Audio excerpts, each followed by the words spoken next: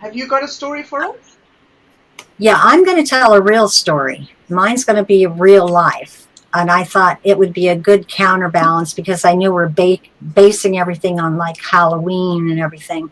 My story was a real life situation that happened. I had a near-death experience, and I put it on Minds before, but I don't think I fleshed it out as well.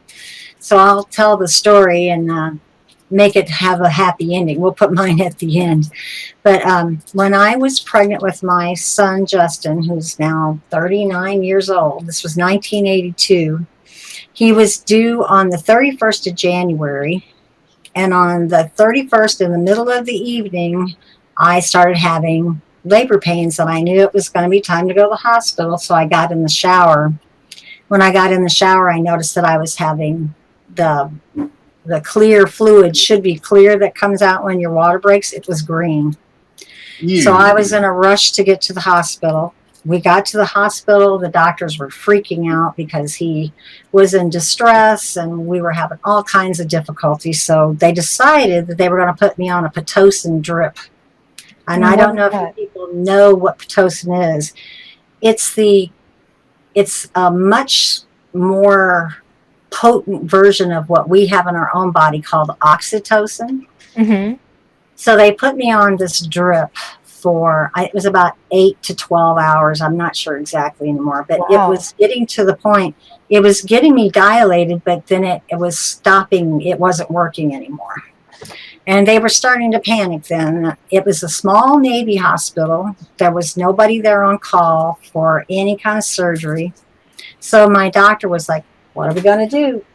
They gave me even more. And what ended up happening, when I started going to push, I had what they call placenta abruptio. They didn't know it ahead of time, but my placenta was attached to my cervix. So when I started to have the cramping and the contractions, it was causing bleeding. And they recognized the bleeding, but they thought they were going to be all right. And they gave me this one last push right into the IV. The pain was horrendous. So all of a sudden, they were rushing me into the labor and delivery room. And they were saying, we have to get this baby out.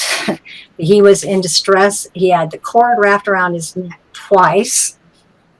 So we were in this panic. And the blood was controllable. But as soon as we got him delivered, I bled out. And I could feel it going on the floor. I could hear it. And then all of a sudden, boom, I was out of my body. It was the most scary moment in my life. I thought I was dead. And I think I probably was. I had no blood hardly left in my body. They were trying to keep me alive. And in this whole time, I just went poof out of my body. And all of a sudden, I was looking down. And I could see everything in the room. I could see the doctors. I could see the nurse. I could see my husband. But I wasn't in my body. And I'm like, what the? Mm-hmm. It was the most... Well, before I could even get adjusted to that, everything went black. And it was like feeling it, like you're in a cave with no light. That's what it felt like. But then all of a sudden, it was like I was rushing, like you're in a subway car, but there was nothing there, but it was like rushing along. And then it started getting lighter. And I looked, and at the end of this, I can't call it anything else but a tunnel, there was this really bright light. And I knew I hadn't ever heard of near-death experiences at that time. So I didn't know what was going on. And I just kept rushing and rushing and rushing toward this light. And then, boom, all of a sudden, again, I'm in this different place. And I look around, and how can you be looking when you don't have eyes? It's just so weird. But I could feel that I had some kind of body. And I looked off, and on the left of me, there was this, oh my God, I don't even know if I can describe it. But it was a bright, I called it a light being at the time. It was just like nothing but light. But I could see a shape in the light. And it was...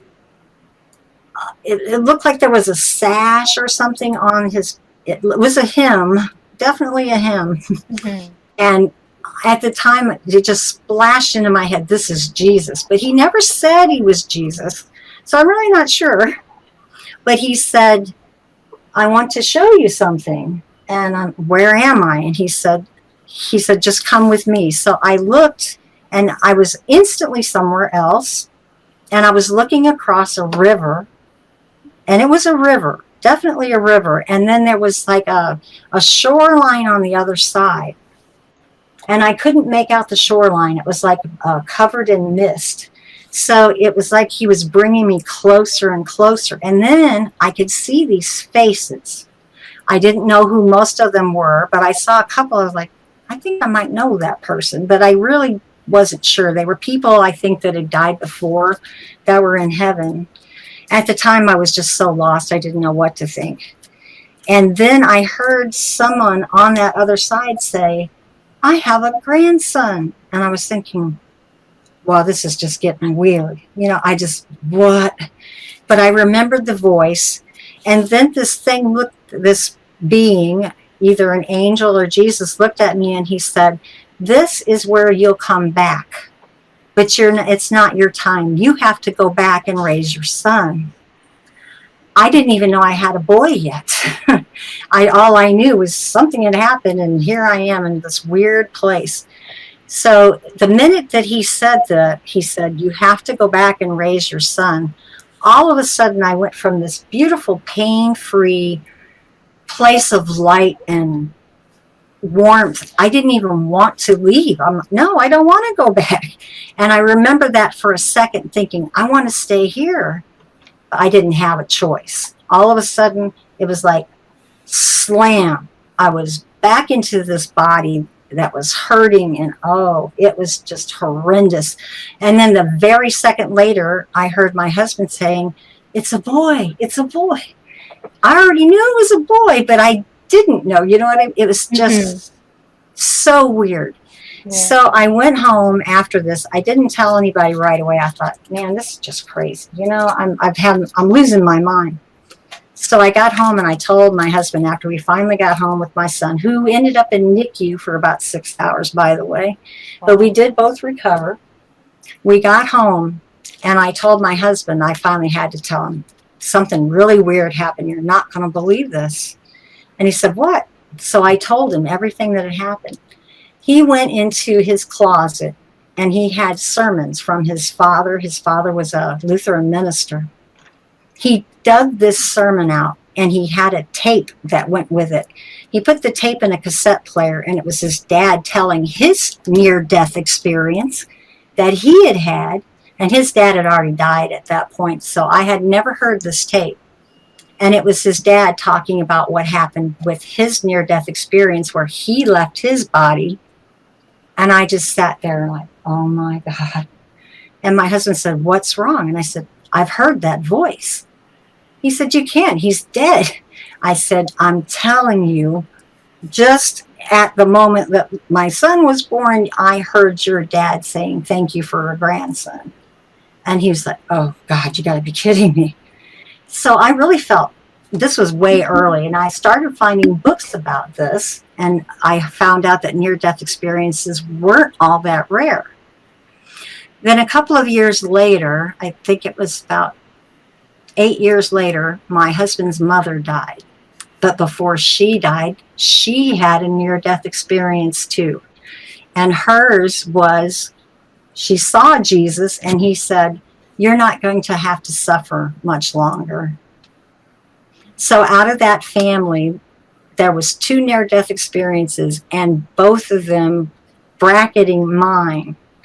But if you want to talk about something that feels like horror and turns into something good, I can't think of a better story than that one.